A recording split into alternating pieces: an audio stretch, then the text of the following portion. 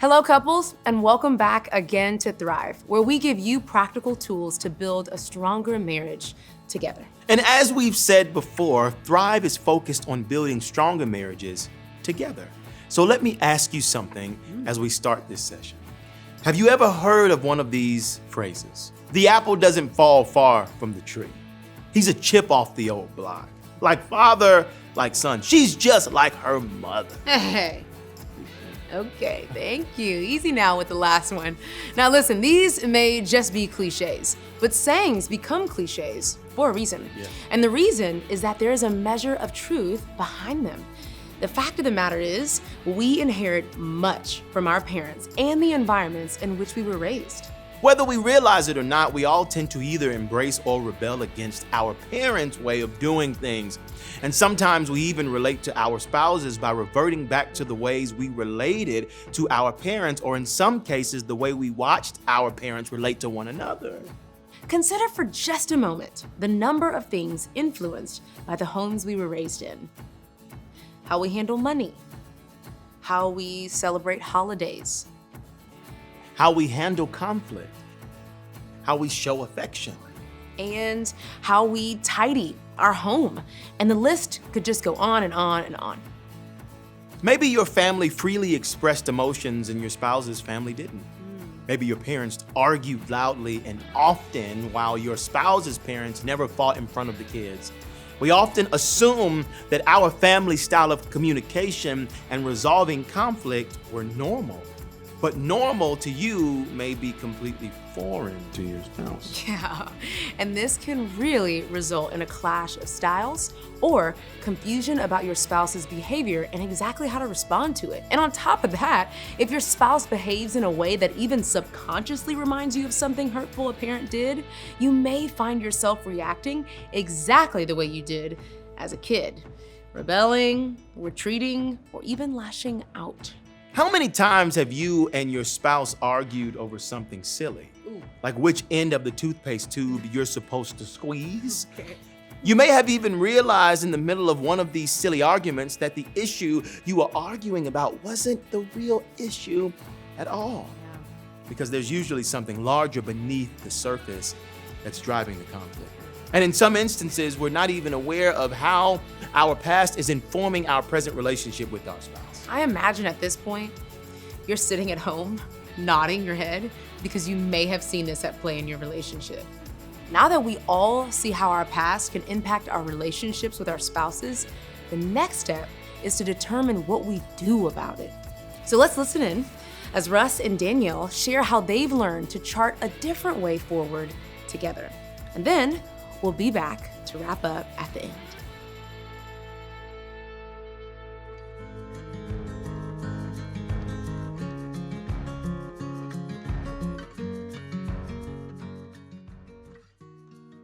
One of the first things our counselor did when we met was to draw out our family tree. It was incredible to see the patterns he noticed repeated almost every generation in our families. It was important for us to understand the patterns to intentionally undo harmful behaviors and double down on the good behaviors. We all tend to either embrace or rebel against our parents' way of doing things. Sometimes we even relate to our spouses by reverting back to the ways we related to our parents. One thing I have done is to make the intentional step to avoid shutting down during conflict in family relationships. And in my family, I had to make the intentional step to stop the generational pain of alcoholism and drug addiction that plagued our family. By not drinking alcohol and then working on the resulting trauma inflicted by addiction to minimize the impact on our family going forward. So we agreed to counseling because we knew the odds were not in our favor. Both our parents' marriages did not work out. My first marriage ended in divorce after 12 years, and Danielle was 38 and never been married, and for a reason. And have you seen the divorce stats for second marriages? When we share that we've continued going to counseling almost once a month since our engaged days, we get the major eye rolls. Like, why? What's wrong with you two? And I used to care about the eye rolls until what I was learning was creating such peace and harmony inside of our marriage.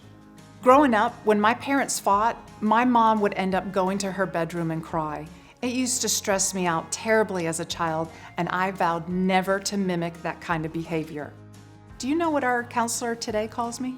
A turtle. Why? Because I shut down and go to my room and cry. As much as our parents' behavior may have turned us off, we subconsciously have a way of reverting back to their behavior. Yeah, you can grow up in well-adjusted, loving families and still experience conflict with your spouse because your normals are different from each other. The households we grew up in defined our sense of normal. A perfect example for us was when it came to disciplining the children.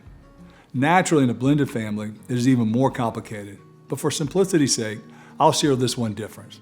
I grew up in a chaotic environment, and Danielle grew up in what she calls a mom who was like Martha Stewart's on steroids. The discipline was strict. Yeah. And when it came to discipline in our home, Danielle was on one end of the extreme, expecting strict consequences for bad behavior. Sorry, kids. While I was on the other end, I would get mad initially, but I would rarely carry through with my threats. So this caused a lot of conflict between us. But counseling pointed out these family differences, and it helped us to be more mindful of compromising. Neither of us was right, and as obvious as this might have been to us, we couldn't see it. And we're so grateful for our counselor's insight. And one of the most powerful epiphanies, in our personal opinion, is the core reason for our conflict. It's not necessarily about children or money or household duties, but it's the fact that we bump into each other's emotional wounds, which are often from our childhood. And here's an example. Meet Mr. and Mrs. Mugg. Mr. and Mrs. Mugg met right after college, and like many people, when they saw each other, he was like, whoa, and she was like, woo. He had a degree and a future, and she was, well, look at her, she's a knockout. When they first started dating and hanging out, they were so careful because he's trying to win her heart and she's trying to win his affection. They had a few little problems along the way, a couple of bumps in the relationship, but they were just so careful. And then they got married.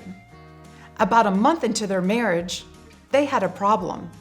They had a bump and stuff came out.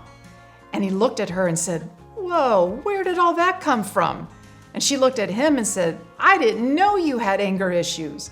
And he said, well, I didn't have anger issues until you bumped me. And then they had another problem and another. So she went to see her sister and said, I didn't know he was like that. And he sat around thinking, wow, she makes me so mad. And if she would just quit bumping me like that, maybe I wouldn't be so mad. My wife, she has issues. And so he says to her, you know, when we were dating, I didn't see all this. Where's this coming from? She says, well, every time we get in an argument, you make me act that way. Now, here's what I want you to see. Mr. Mugg thinks the reason the blue beads come out of him is because they keep having conflict, and she keeps bumping him. Mrs. Mugg thinks the reason the pink beads keep coming out of her is because they are having a problem and he keeps bumping her. Here's the truth. The reason the blue beads come out of Mr. Mugg is because that's what's in there. And the reason the pink beads come out of Mrs. Mugg is because that's what's in there. Inside these mugs are past experiences, hurts, pictures we've seen of marriage, and much of that is shaped by the families in which we were raised. When our mugs are full, it doesn't take much for us to overreact. And when we overreact, what's inside our mug comes pouring out. This is the best visual of counseling. You think it's your spouse's fault for making you angry, but in reality, it's learning and addressing what's inside of you. Confession. When someone hurts my feelings, I truly thought it was all about them. And after years of counseling, I'm now able to take responsibility and identify why my strong reactions are more about me than the actual circumstance. So here's an example. Russ and I can go to a party with some of his friends, and it's easy for them to reminisce about their football days for hours. I can leave the party and be hurt over being ignored. It used to always be Russ's fault for me feeling ignored.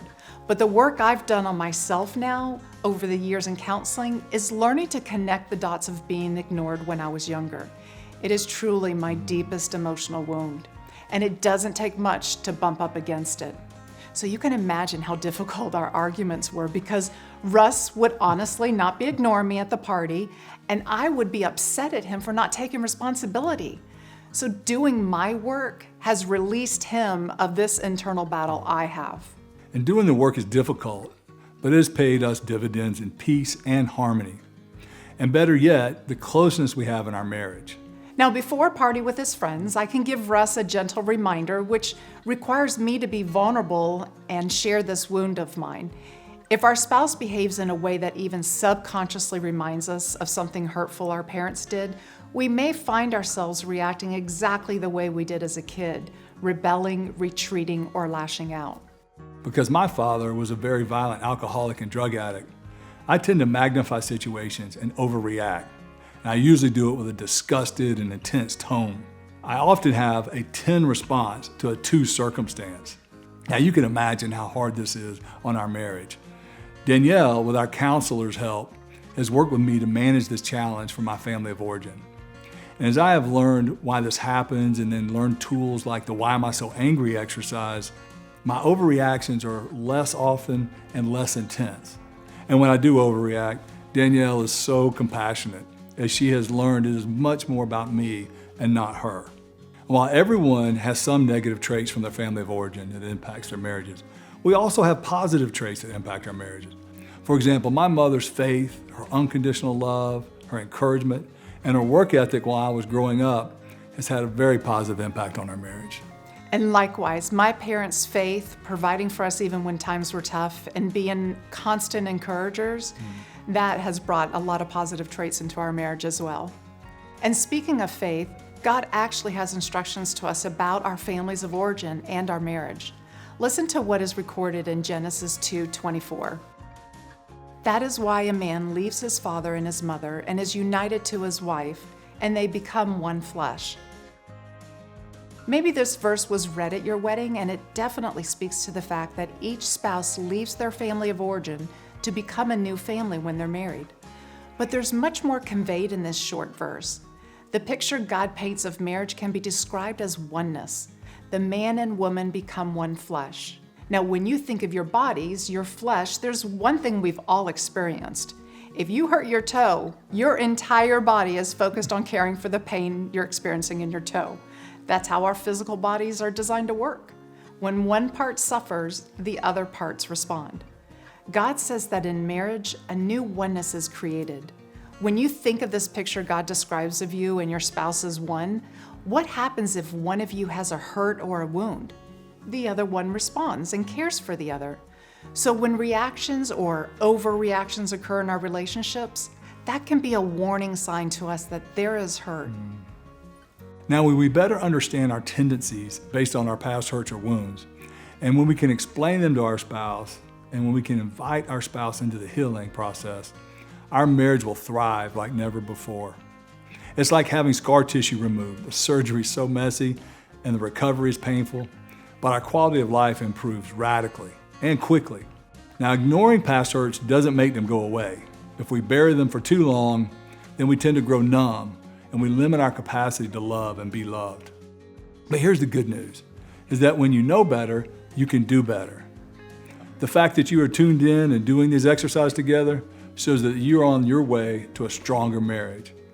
And remember, marriage was God's idea in the first place. He designed it, and He is with you. Thanks for watching, and we'll see you next week. Thank you. Bye-bye. I know that each of you want a thriving marriage. It's evident that you do because you're making the time to complete these sessions together. Taking a good, and at times, hard look at how we've been impacted by our families of origin is a big part of building and growing a thriving marriage. That's right. So we want you to take a good look at the relationships in your families through an exercise on your relational needs again, but this time based on your family of origin. Yeah, and we've also provided questions to help you unpack what you've learned from the relational needs chart. You may learn something new about your or your spouse's family that you never knew. And it may motivate you to want to meet the needs of your spouse that their parents did not meet as well. We believe in you. We're cheering you on. That's right. And we'll see you at the next session.